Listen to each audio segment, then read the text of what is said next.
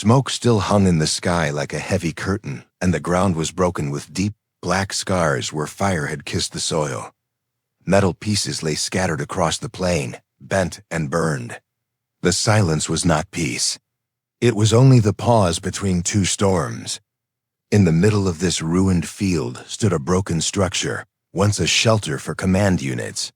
Now it was only a skeleton of stone and steel dot inside the remains. A figure crawled slowly across the floor. Her body was covered in ash and dry blood. A thin trail followed behind where her wound bled again with every move. Her name was Rin, and she was not just a soldier. She was a daughter of a proud warrior race who believed in strength over surrender. Her people had fought the humans for years and still believed they could win. But Rin did not feel victory. She felt cold and empty. Her breathing was sharp and painful. Her right leg would not move. Her side ached from the blast that had thrown her into the debris. She had lost her weapon somewhere in the fall. It did not matter now. She had failed. Her unit was gone. Her communication device was shattered. Her orders had been clear. Do not let the humans take this position. Fight to the last breath. She had done her part. And now she waited for the end. Through the cracks of the wall, she saw light moving. Not sunlight, artificial. Blue and steady. A search beam. Heavy boots pressed the dust outside. Human boots. The rhythm was calm but certain. The enemy was near. Rin dragged herself behind a half-buried support beam. Her body shook with every movement, but her mind had already accepted the result. She would be found. She would be killed.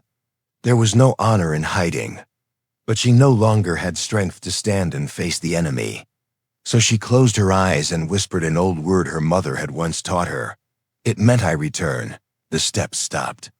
A shadow moved across the wall. Then silence again. Rin opened her eyes and saw a shape standing in the doorway. Tall and covered in armor. A human soldier. The light on his shoulder flickered and settled on her face. She stared back without fear. She waited. The soldier raised his weapon. She saw the barrel and expected the sound that would follow. Her hand tightened into a fist. Her breath slowed. This was the end, but it did not come. The weapon lowered slowly. The soldier tilted his head slightly, as if unsure of what he saw. Rin blinked in confusion. The soldier stepped closer. He did not speak. He looked down at her with eyes not filled with hate. He reached into a small pack and took out a metal flask. Then he knelt and placed it near her hand. She stared at it. She did not move. He reached again, and this time pulled out a small white cloth. He pointed at her side. She frowned. He moved closer and waited. She did not resist when he touched her arm. His hands were careful. He pressed the cloth against her wound. It hurt. She clenched her teeth but said nothing. Why did he help her? He said something, but the words were not clear. She did not understand the human language well, only bits and pieces. She caught the word hurt and maybe help. His voice was soft. Not like the humans she had heard in battle. Not loud and angry, calm, almost tired. She looked into his eyes. There was something there, not weakness. Not pity, something else. Maybe memory. Maybe sorrow. Rin finally reached for the flask. Her fingers trembled. She brought it close and drank. The water was warm and tasted of metal, but it gave her strength. She looked back at the soldier. He had not moved. He spoke again, this time slower. Still she understood only parts. No fight. You safe? Her mind tried to put the pieces together. She asked in her own language why he did not reply. Only watched. Her. Then he sat beside her with his back against the same beam. He sighed and looked at the hole in the roof where the sky blinked with red light from distant fires. He placed his weapon beside him, but not in reach. A sign. A gesture. She stared at the man, this enemy, this human. She had trained to hate them, to see them as beasts who destroy without reason. Her teachers had told stories of burning worlds and stolen air. Her leaders had sworn that peace was impossible, but this man did not fit those stories. He had seen her pain and had chosen not to end her. He had shared his water. He had given her silence instead of commands. Rin felt a strange weight in her chest. Not fear, not relief. Something unfamiliar. She turned her head to the side and closed her eyes. Her body still ached. Her blood still marked the ground. But something had changed. Outside, the battle moved away. Far sounds echoed but came no closer. The night deepened. Inside the ruin, two enemies sat together, one ready to die, the other ready to show something more than war. And in that space, between two broken soldiers, a quiet question was born. A question with no answer yet, but a question all the same. Who was the real enemy now? The cold air passed through the cracks in the ruined wall and brushed across her skin like a whisper. From death. Rin opened her eyes slowly. Her head felt heavy and her side burned where the cloth pressed against her wound. For a moment she forgot where she was. Then she turned and saw him again. The human he had not moved far. His back rested against the same wall. His helmet was off now. His face was older than she expected. Worn from days and scars, but not cruel. His eyes were closed, and his weapon remained untouched beside him. She did not understand this. Why had he not called for others? Why? Had he stayed, why was she still breathing? Grin pushed herself up with her arm. Her legs still refused to obey. The pain in her ribs grew stronger with each breath, but she stayed silent. She looked at the human again. He stirred and opened his eyes. Their gazes met in that strange quiet. He did not speak. He reached into his bag again and offered her something. A small pack with simple food. She stared at it with suspicion. Her kind had always said humans poisoned everything they touched. Still she took it. Her hands were slow. Her fingers weak, but she ate. It tasted strange, but not harmful. The human smiled slightly, as if proud of a simple kindness. She asked again in her own language why he tilted his head and replied in broken words. Not enemy now. Hurt bad, help you. She shook her head slowly. Her voice cracked as she spoke. I killed humans. He nodded.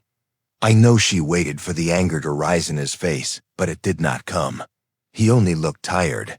Tired in a way that reached deeper than bone. A kind of sorrow that could not be cured by sleep or orders. Rin tried to understand this man. He had every reason to end her life. He had no orders to protect her, no reason to care. Yet here he was offering food and warmth to the one who had been trained to destroy him. Outside, the night deepened. Fires still burned in the distance. The ground shook sometimes as distant weapons screamed across the sky. But inside this broken shell of metal and stone, there was only silence and breath. The human pointed to himself. Marek, she repeated it. Marek, strange name, hard on the tongue. He pointed to her. Name. She hesitated, then spoke. Rinher repeated it. With care, as if her name was something fragile. They sat for a while in silence. Not the silence of fear. A quiet that held no hate. She watched him check his small screen device. He frowned. The signal was weak. The device buzzed, but no voice came through. She could see the worry on his face. Maybe he had been lost in the battle. Maybe he was alone now, just like Herin looked. At his hands. They were rough and scarred, but they did not shake. He moved with purpose even when he seemed unsure. He moved like someone who had seen too much and still stood. She asked again. Why not kill? He looked up at her and spoke slowly. Saw fear, not hate. You afraid, not evil. Her breath caught for a moment. The words struck her deeper than any weapon. No one had ever spoken like that to her before. Not even her own kind. Her people had taught her to hide fear, to see fear as weakness, to crush it. But this human had seen it and chosen mercy, the firelight. Outside flickered and shadows danced across their faces. She looked away and whispered something in her language. A word that meant storm without end. He did not understand the word, but he saw the pain behind it. He leaned back and closed his eyes again. She watched him for a long time. Her heart pulled in many directions. Was he a trick? Was this some human game? Was he waiting for her to fall asleep so he could finish the job? But something in his actions spoke louder than her fears. He had helped her when she could give him nothing. He had risked his safety to sit beside an enemy, and in her heart a small flame flickered. Not hope, not yet, but maybe the first light of something new. She looked down at her hands, hands that had fired weapons, hands that had gripped knives. Now they trembled, not from pain, but from confusion. Who was right? Who was wrong? What had this war really made them into? The night passed without words. They both rested, not fully asleep, not fully awake. Bound by pain and silence and something unseen. In the morning, the light came gray and cold. Rin shifted. Marek stood and stretched. He looked outside and listened. Then he spoke one word. Quiet.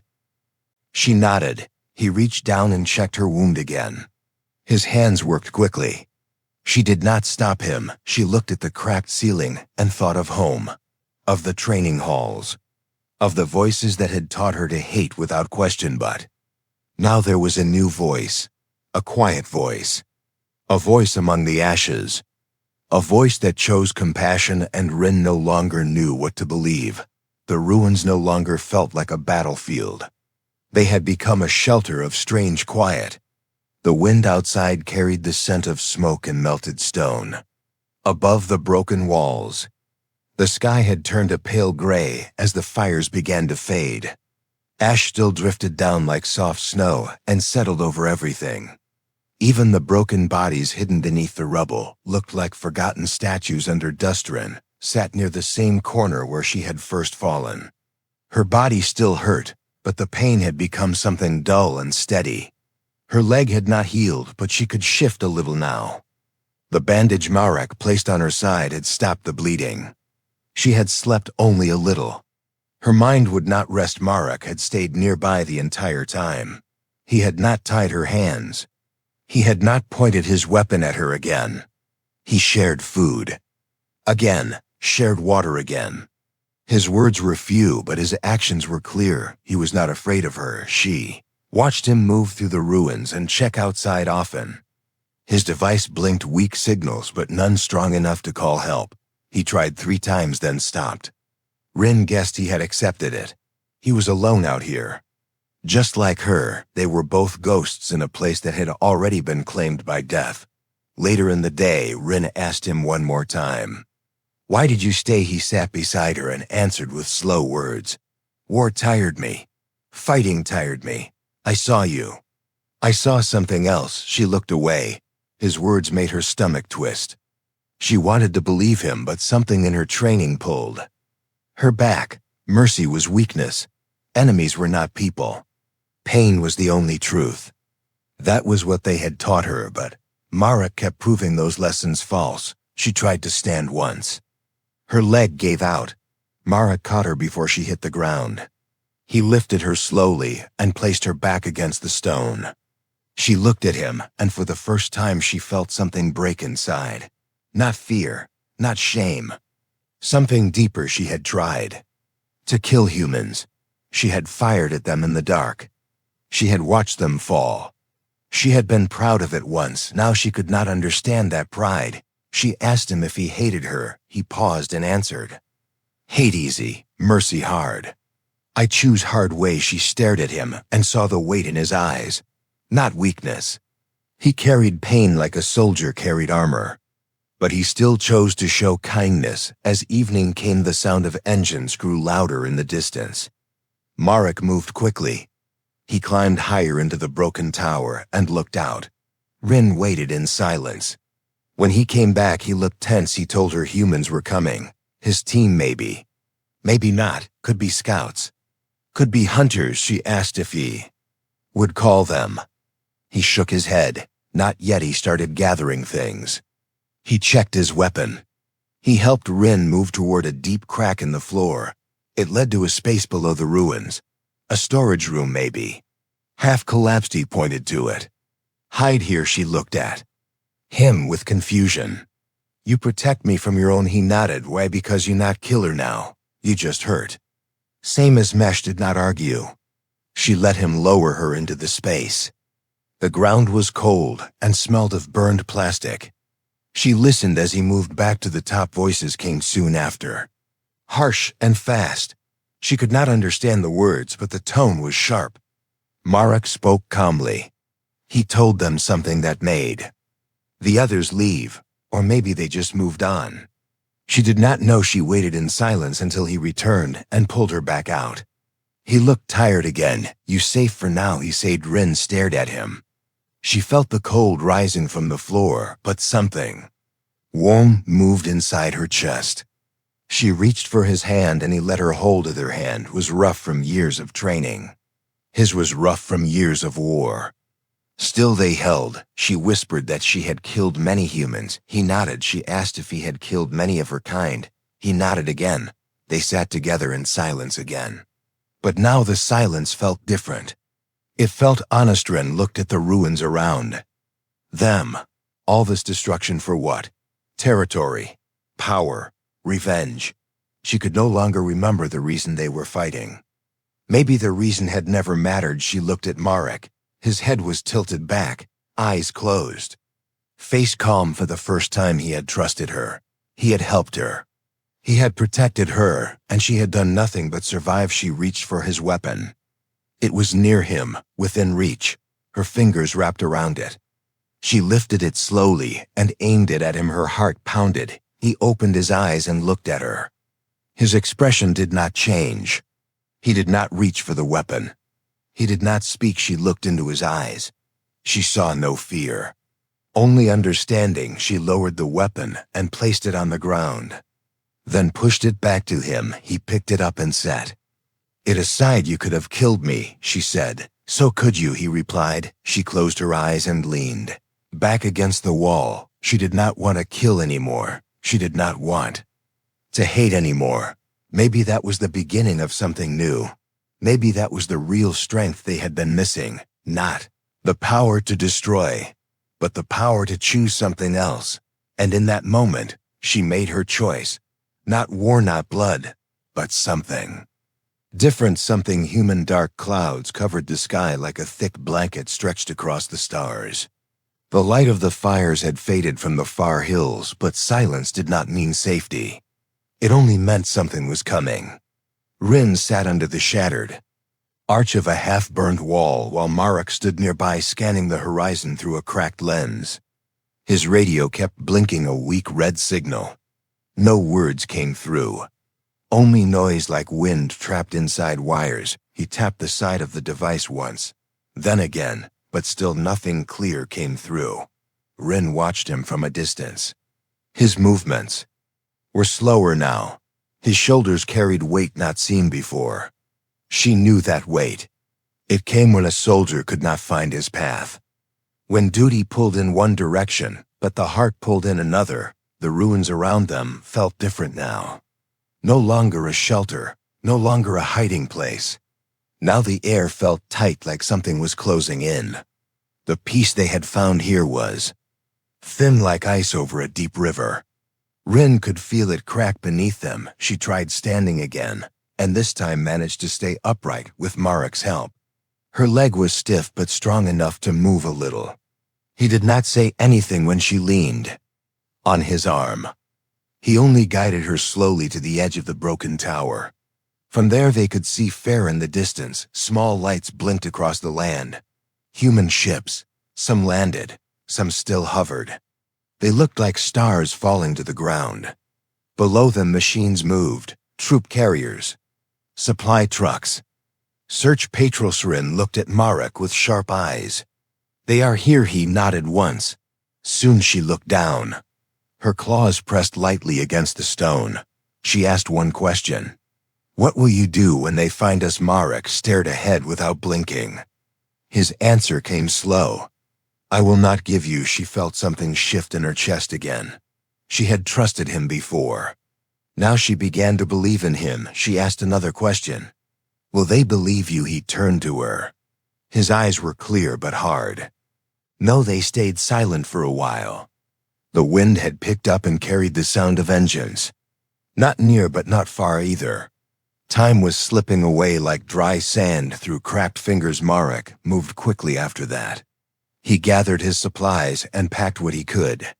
He handed Rin a small object, a tiny round disc made of smooth black metal. She turned it in her hand. Signal marker, he said. Safe zone beacon. Use it after I go. She looked up. You are leaving? I will draw them, he said. You go other way. This shows peace code. Rin clenched her hand around the beacon. Her throat felt dry, her voice low. They will shoot me anyway. Marek looked down, then back at her. Maybe, but maybe not. She wanted to argue. Wanted to tell him his plan was foolish. That no side would believe this act. That peace could not be won by two broken soldiers hiding in dust. But she said nothing. Because part of her wanted to try, she looked at him one more time. You risk your life for enemy, he shook his head. Not enemy. Survivor, she nodded slowly. Then asked him for his knife. He gave it without question. She took the blade and cut a thin line across her arm. Not deep, just enough. Then she wiped the blood on the side of the beacon. Mark of her people. A sign of truth. Now they will see it is real. Marek took a breath and placed the beacon back into her hand. You sure? She nodded. Now her eyes were steady. Her choice was made. Marek helped her climb down into the lower tunnel again. He placed what little food remained beside her. He gave her a small patch from his uniform, a symbol of his unit. So they know who you met. Then he turned to go, but before he left she called his name. He looked back. She said one word. Thank you, he smiled. Once, then disappeared into the dust. Hours passed. Or maybe less, she did not know. The walls of the ruin shook once. A blast somewhere far, or near. She heard shouting once. Then silence. The beacon was cold in her hand when she came out at last. The sky had turned pale orange. The wind had stopped. The ground was dry again. She limped toward the south path. Her steps were slow but firm. She did not hide now. She walked open under. The sky she passed two burned machines. No sound, no life. She reached the ridge where the human camp had landed. She could see the patrols now. Figures moving like shadows between tents and towers. She stepped forward. A beam of light caught her. Voices shouted, weapons raised. She stopped. Lifted the beacon. Her voice did not shake. She said in her broken human words. Not fight. Peace. Mark. Human help. They shouted again. She did not move. She dropped her knife to the ground, lifted the patch raised. The beacon silence fell. One soldier stepped forward. Face hidden behind glass. He took the beacon, looked at the blood mark, looked at the patch, then back at her. More soldiers came. Then one lifted a hand, lowered his weapon. The others followed. She exhaled. A slow breath like smoke leaving the heart behind her. The ruin stood silent. No sign of Marek, but she believed he was still alive, because someone who chooses mercy is not easy to kill, and someone who gives hope creates more than they ever destroy. The human soldiers stood still like statues as the wind carried silence between them. One of them held the small beacon in his gloved hand. The blood mark on it had not dried yet. The patch from Marek's uniform was pressed gently in the other palm. None of the soldiers moved forward. None pulled the trigger. Rin stood there with her head high. Her leg ached. Her ribs burned with every breath, but she stayed firm. She had walked into this camp knowing she might not return. She had chosen not to hide. Her eyes moved across their faces, none familiar. No Marek. Only strangers with hard eyes and silent mouths. One officer stepped closer. His armor was darker than the rest. His helmet rose. A human face looked at her. Sharp lines, cold eyes. No emotion. He looked at the blood mark, then back at her. His voice was low but clear. Where is the one who gave you this? She said the name. Marek. The officer did not reply. He looked at the others. A short signal passed between them. Then he turned again. "Come with Mirren," followed. The soldiers did not push or bind her. They watched. Some with confusion, some with caution. She did not speak. Her steps were slow but steady. Her heart beat like thunder in her chest. Inside a larger tent, the officer opened a map and pointed to a red circle.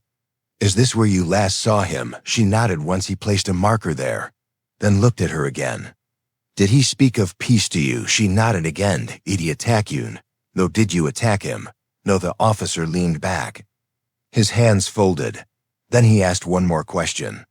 "Why did he help you?" Rin paused before answering. Her voice was quiet but full. "He said we were sane." The officer said nothing for a while. Then he stood and stepped outside. She waited. Time passed slowly. No one came inside. Only the wind moved the edges of the tent. Later, they moved her to a different area. Not a prison, not a cage. A quiet tent with food and water, a medical kit. She was treated. Not fully trusted, but not harmed either. The days passed too. Then 3 soldiers came and asked questions. Some listened. Some judged. But none raised a weapon. On the 4th day, a visitor arrived. A human in a coat with a symbol on the arm. Peace Division. He sat beside her and asked for her story. She told it slowly. She told everything about the ruins, about the wound, about the water, about the long silence, about the broken tower, about the small smile, about the choice. He listened without stopping her. When she finished, he asked what she wanted. Now she looked at her bandaged leg, at her wrapped ribs, then at the tent flap where sunlight touched the ground. She said only this: "I want to believe this can end." He stood and nodded once. "You are not alone." Later that day, the officer returned. This time he held a small object, a recording chip. He handed it to her without a word, then left. She held the chip in both hands. Her claws brushed its sides. She placed it in the small reader nearby. The screen blinked once, then a voice filled the tent. It was Marek. His voice was rough but calm. "If you are hearing this, it means something survived that day. Maybe you, maybe the idea we shared. I do not know what comes next, but I want this truth remembered. I saw an enemy. I chose not to kill. I saw fear. I chose not to feed it. I saw someone broken. I chose to heal. If that makes me weak, then so be it. I hope others make the same choice one day." The message ended. Rin closed her eyes. Her hands rested in her lap. Her heart no longer felt heavy. Weeks past. Talks began between her people and the human side. Quiet talks, not on screens. Not with shouting, but with messengers, with survivors. With those who had seen too much and wanted no more, and was moved to a new zone. A neutral area where former enemies could sit across from one another and speak. She was not alone there. Others like her came, wounded, changed. Awake, she shared her story more than once. Each time it felt easier to tell. Each time the listeners leaned closer. Not to judge, but to learn. One morning, a human brought her a small package. Inside was a new beacon. This one silver. No blood. No patch. Just a word on it, hope. She held it close. That night she sat near the fire in the open field. Others joined her. Some human, some not. They did not speak much. They watched the stars together. One asked her if she still believed in war. She shook her head. Not anymore. What changed you? A man who did not pull the trigger. Silence followed again, but this silence was not cold. It was full of something warm, the kind of quiet that grows before something begins, not before something ends. She was ready to die once, but someone chose compassion, and because of that choice, she was still here. Still breathing, still believing, still ready, but this time ready to live the end.